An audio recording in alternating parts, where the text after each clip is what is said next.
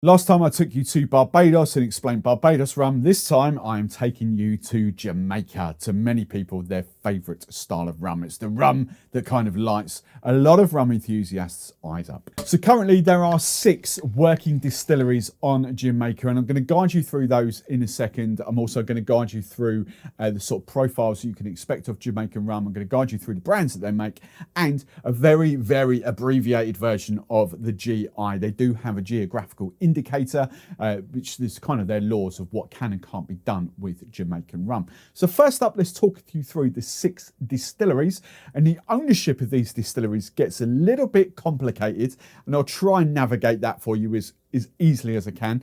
But the distilleries, we've got Worthy Park, been around a very long time, but closed down, reopened again recently. We've got Appleton Estate, probably the most famous one. We've got New Yarmouth, again, not many people have heard of that, but that's responsible for that. We've got Hampden down there. We've also got Clarendon, and we've got what I affectionately call Long Pong because of the esters in it, but Long Pond. Right, let's take you through the ownership of these, and we'll get through this bit very, very quickly. Worthy Park, owned by Worthy Park. They're responsible for that, and I have got Rum Bar out there. That is their brand as well. Okay, so that's why that's sitting there. I'll explain why that's sitting there in a second. But Rum Bar is the second or the cheaper brand that comes that Worthy Park sells. So we've got that. Worthy Park own themselves, effectively. We've got Appleton Estate, which is actually owned by Campari. Campari, yes, if you're thinking, is those, but they are big, huge global players in ownership and distribution in their own right. So I mentioned Remy Cointreau last week from Mount Gay, Campari owners. Think Bacardi. Bacardi is also an owner of multiple brands. They don't just own Bacardi rum. They own many, many brands. Okay, it's like Diageo own Gordon's and Smirnoff and Captain Morgan's and all that. Campari are another big players in that. So Campari actually own Appleton Estate and New Yarmouth. Okay, so they own both of those, Wray and Nephew and Appleton Rums. Hampden own themselves. We've got that as well. So Hampden are there. Now, the other distilleries are kind of owned by National Rums of Jamaica. And this is where the ownership gets a little bit complicated, because making up National Rums of Jamaica, as far as I know, there's a 3-part partnership going on here. So Jamaican government own, I don't know whether it's, this is the bit I don't know, needs clarifying for me. I don't know whether it's equal shares or whether it's kind of 50% and then 25 and 25, or I don't know. I'm just going to say a 3-way partnership at the moment. So we've got the Jamaican government own parts of National Rums of Jamaica. DDL, El Dorado, Guyana, own part of National Rums of Jamaica. WIRD own the other, as in Plantation, Maison Ferrand. They are the other owners of that. So Clarendon and Long Pond. I keep trying to say Long Pond, but Long Pond comes out. But Clarendon and Long Pond are National Rums of Jamaica. Now you have to realise when those rums like Clarendon and Long Pond, you very rarely see brands. You don't very rarely see Clarendon like Worthy Park. You very rarely see Long Pond like that. They are very much how I would describe them, and rightly or wrongly, I would describe them as rum producers that bottle for other brands. You know, you'll quite often see Vellier release like a Clarendon or a Long Pond rum, for instance. I've got one here from Plantation as well. That Plantation is actually from Clarendon. This is one of the birds. What was this one? Under the Sea range. So that is a Clarendon rum. Okay, Monymusk is again is a brand of rums, but not a distillery, if you like. It's all very complicated how it's pieced together. What I'm trying to showcase is the brand owners and then rums that get produced by the brands. Another example, sorry, just flashpoint just coming to me. Myers Jamaican rum. Again, Myers, depending where you are around the world, is kind of Diageo owned as well. And I think that is also bottled and blended in the Bahamas as well. So don't think of Myers as a distillery in its own right. Now this leads on to how much rum do they produce? Well, a ton of rum. You know, most of these those two aside, you know, Appleton Estate aside, most of the rum, and even Worthy Park is bracketed in this as well. Most of the Jamaican rum distilleries make and sell rum to blenders from around the world. A big customer of theirs will be the likes of E&A Shear. E&A Shear are kind of, based in Holland, in Europe, or the Netherlands, I should say, and they just buy up loads of rum and they will blend it and make it for other people. Now, there's a brand here, and this is a really weird one, Karuba. Karuba we naturally associate as Jamaican rum.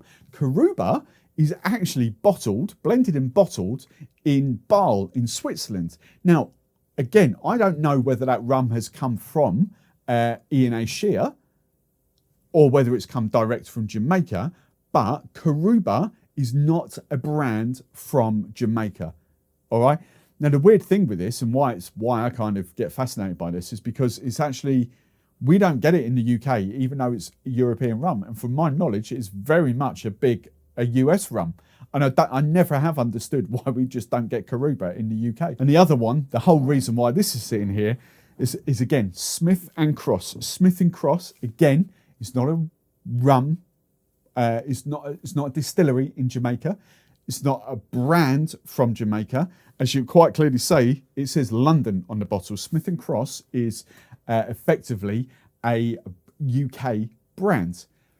However, the rum, we know this, even though I don't think they outright come and say that. They just say the Wedderburn and the Plummer pot stills are Hampden. So it's Hampden rum. Now, whether they buy, this is the bit I don't know in this chain, whether they buy the rum direct from Hampden and then blend it in London, or whether it's actually sourced and bought from E&A Shear, which I would suspect is more the case, but I don't know. Again, there's nothing wrong with that. Just do not see it as a distillery in its own right from Jamaica. The distilleries, as I pointed out earlier, are Worthy Park, Appleton, New Yarmouth, Hampden, Clarendon, and Long Pond. Now, I know that was a bit complicated, but let's sort of talk about the style of rum and the kind of the loose abbreviated version of the GI, the geographical indicator. So, Jamaica, we kind of associate them with pot stills, copper pot stills. I'll talk about more of that in a second. Jamaica, now this is kind of an interesting debate we have from time to time in our Discord community. Do we associate Jamaican rum with funk, or do we associate it with like the high estery kind of, it's the best way I can describe it for all the novices. Most of you, I'm sure, would have smelt a bottle of Ray and Nephew or kind of smelt a glass of Ray and Nephew at some point. Do we naturally associate Jamaican rum with that funk high ester kind of vibe? Or do we actually associate it with Appleton? And it's a big debate because Appleton, by far and away, sells the most rum from Jamaica. But I wouldn't call this a funky rum. It does have its unique style.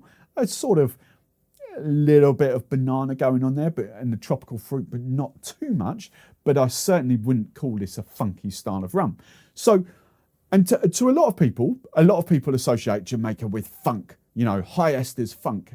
But my point is, if this is the biggest selling brand from Jamaica, should we associate Jamaica with funk and high esters? That's a debate that kind of we need to chat about a bit more. But inherently, what I would say is we do get the tropical kind of fruit vibe, more banana and a little bit of pineapple, whereas Barbados is pineapple and a little bit of coconut for me personally. But we still get those kind of, obviously through the aging, we still kind of get the vanilla notes, the sort of caramel, the oak notes from the barrels going on there. It's just this sort of aroma that you kind of associate now.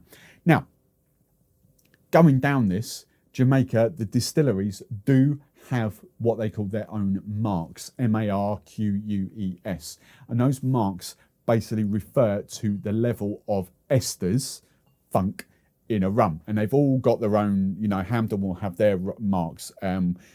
What else have we got? Clarendon and Long Pond will have their marks as well. You can go and search them out, but their marks will be letters, a couple of numbers maybe, and that will tell you how much funk, high volatile substances, esters, all that are in the rum.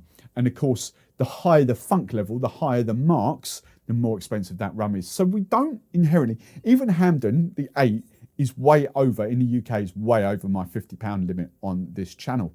So, we're talking sort of 60 odd quid a bottle here. And that for me is probably the best example of funk that I have behind the bar. but you have to pay for those kind of things. You know, they are more and more expensive. I think the best examples you could probably get on a budget of funk is, well, even, but that's slightly, I mean, we're talking early 20s, £20 in the UK. And I dare say it's not much more around the world, probably $24 maybe around the world. Whereas this, you're kind of talking up in the 30s. So it's a bit more expensive. So the rum bar for me is probably a great example of that funk that you would get off some rums. Now, just to talk about dunder and muck pits for a second. This used to be a thing back in the days. Some distilleries still do that. Basically, dunder is kind of like the leftover sort of yeast and all that from the distillation that it puts back in fermentation. They use portions of that to kind of blend with yeasts to kind of get their own sort of funkiness note to it. But some distilleries also had muck pits as well. And the best way to describe that is muck going into a pit. You know, I've heard stories about, you know, banana peels and coconut and all that sort of stuff being just dumped in with the kind of the dunder into a muck pit, and that's all kind of fermenting away. And they'll use bits of that in their fermentation to kind of there. The thing I want to do, and this is kind of an off topic, but the thing I kind of want to do, there's a guy, Doug from Scratch Rum in the UK that kind of does dunder, and I actually want to get sort of an interview with him, maybe like 15-20 minute, maybe longer, half an hour kind of interview about dunder and how he uses dunder in the UK, because I think that'll be kind of be fascinating. A very different way to Jamaica, but kind of we can get really close by, get really easy access to that kind of knowledge. Now, let's just very quickly talk about the Jamaican GI, the geographical indicator, basically the laws about Jamaican rum. If a bottle of rum has Jamaican rum written on it, it must conform to these laws, okay? First off, if it has Jamaican rum, no sweetness can be added. They are unsweetened rums. Now, as I've hinted to a few times, there are certain ways that you can get around that without adding additives, shall we say, at the end point. There are various ways you can get away with that, but Jamaica try and be kind of strict with that. So yes, by law, it should be unsweetened. And to be fair, you can taste them.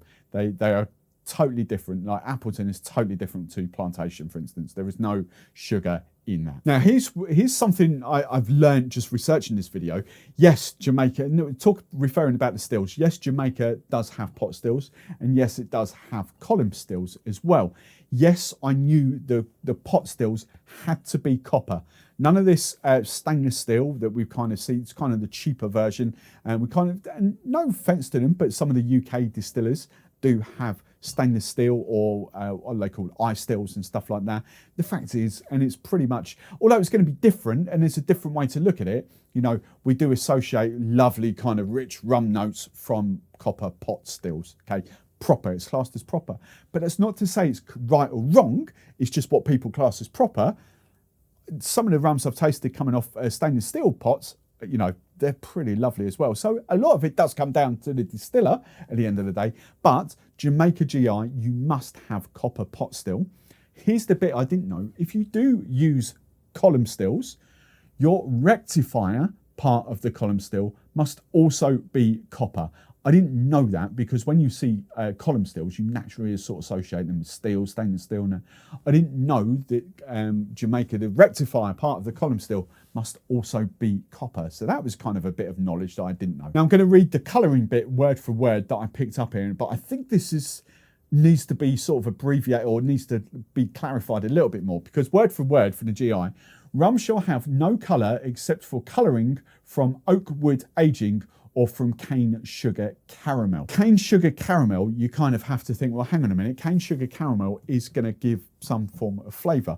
What I think that refers to is E150A. E150A is kind of a chemical, if you like, the substance that's banded around quite a lot. Most distillers will use this. Now, this is the whole argument about additives. If that does refer to E150A, is E150A an additive? To me, in my mind, if you are adding anything to a rum, it therefore becomes an additive. Now, this is the whole thing, and sorry to bring this up in this video, but this is the whole thing with Foursquare. And we don't add additives. But, although I don't know this for an absolute 100% fact, I have it on good authority, I think, that some of the rums, because they're mass produced, you know, you want a Dawley's 14 to look the same colour as one, you know, from in 6 months' time, they use a little bit of E150A to kind of give you the same colour, the same, you know, batch to batch to batch. Now, I'm not saying there's anything wrong with that, but is that an additive?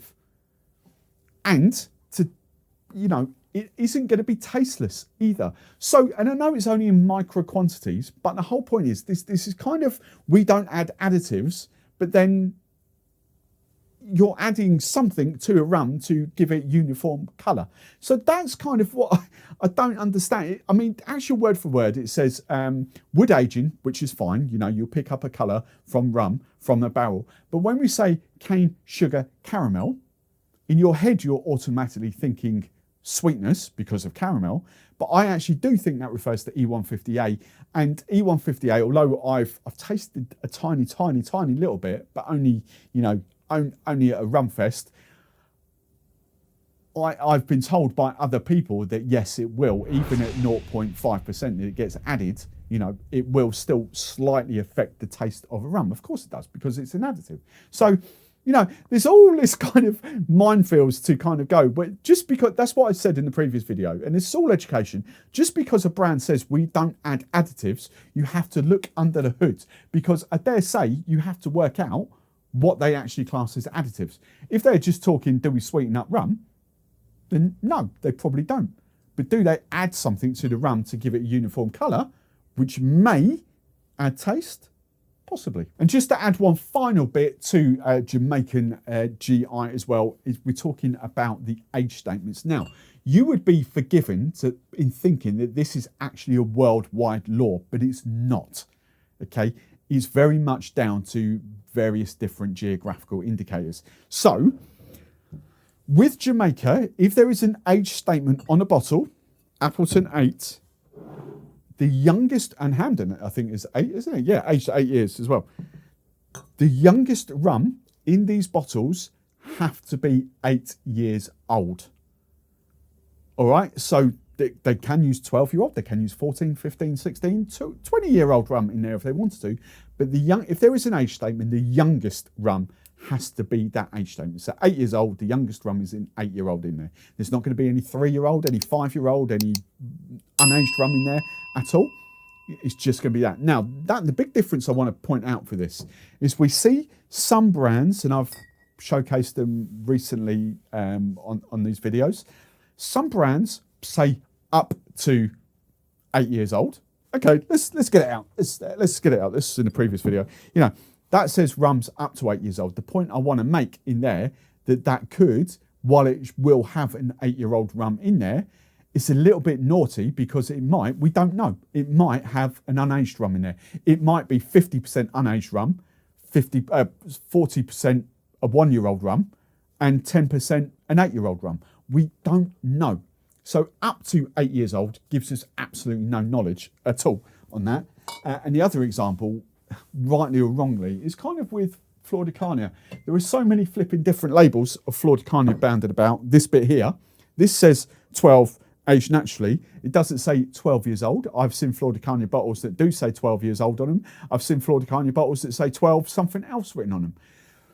We don't know for 100% that that's a 12-year-old rum in there because there isn't the information out about it. We naturally assume it's a 12-year-old, but we don't have that kind of 100% confidence in it because, I'll be honest, it doesn't taste like a 12-year-old rum. It tastes like a 5-6-year-old rum to me. But, you know, we take that, you take that with a pinch of salt. But what I'm saying is, if it comes from Jamaica, if it's got a number 8 or a number 12 or a number 15 on it, and it's got Jamaican rum on the bottle, the youngest rum in that bottle will be that number on the front. Now, if you're a rum enthusiast, you've been on your journey for 6 months, a year, whatever, help the rest of the community out, help the newcomers to rum. I want you to deep dive into the comments below and kind of give us 3 rums, Jamaican rums, that you think that new rum lovers should try to enjoy. If you can, try to make sure you keep it under the £50 or $55, 55 euros kind of thing. Try and make that. But if you have got some belters that are like 60, 70 pounds or whatever, pop them in, but do make it known they are more expensive. Remember, these videos are aimed at the newbies, at the newcomers. We want to start them on a Jamaican rum journey. What rum should they be trying?